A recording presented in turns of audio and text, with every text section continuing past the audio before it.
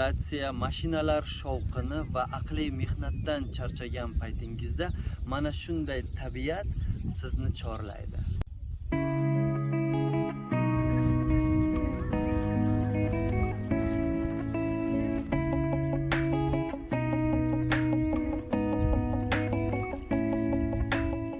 Ana shunday turizm maskanlaridan biri Navbahor tumanining Ejand qishlog'i hududida joylashgan.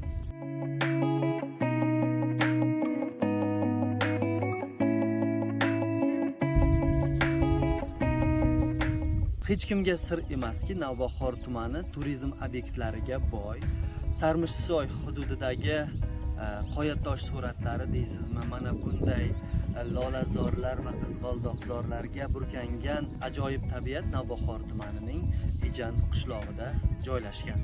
Ammo har bir hududning o'ziga xos jozibador tomonlari bo'lgani kabi, Navbahor tumanining ham siz va biz bilmagan ajoyib tabiati hamda ekoturizm hududlari mavjud. Ushbu hududga sayohat qilganingizda ko'nglingizda sokinlik, qalbingizda taskin va albatta bir yilga yetarli energiya olishingiz mumkin. Ejand qishlog'iga sayohat qilishingiz davomida siz bepoyon lolazorlar, musaffo osmon, havo, sokinlik va diltortar manzillar, qalbi pok va mehmondo'st qishloq aholisi hamda turistik xizmatlardan bahramand bo'lishingiz mumkin.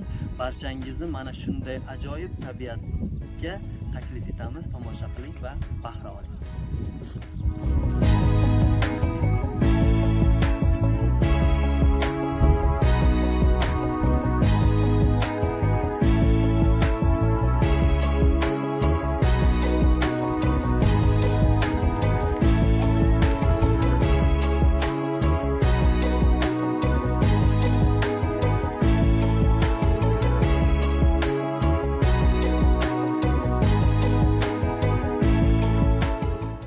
Mana bugun Navbahor tumanining Ejand hududidamiz, Ejand qishlog'idamiz. Bu yerdagi lolazorga qarab, to'g'risi odam hayratga tushadi. To'g'ri oldin ko'rganmiz rasmlarda, videolarda, suratlarda. Lekin ko'z bilan ko'rgan, to'g'risi hammaga ham nasib qilmaydi deymizmi? Odam boshqacha bir estetik zavq, boshqacha bir ma'naviyat oladi. Mana lola, bepoyon lolazor, hamma yoq qizg'aldoq. Bu bahorimizning bir bizga bergan inomi, tabiatimizning inomi desak bo'ladi. O'zbekistonning Navbahor tumanining shunday bir hududi borligidan albatta ajablanmasdan bo'lmaydi. Va shuni so'rab qolamizki, bu yerga tashrif buyuradiganlardan, bu yerga tashrif buyurgan chog'ingizni o'zlaringizni bir estetikangiz va ma'naviyatingizni yanada bir yuksaltirgan holda atrofga chiqindilarni, maishiy bir axlatlarni tashlamasangiz, sizdan shuni so'rab qolamiz. Chunki tabiatni bizga bergan inomini biz asrab avaylashimiz kerak. Bu bizning burchimiz hisoblanadi.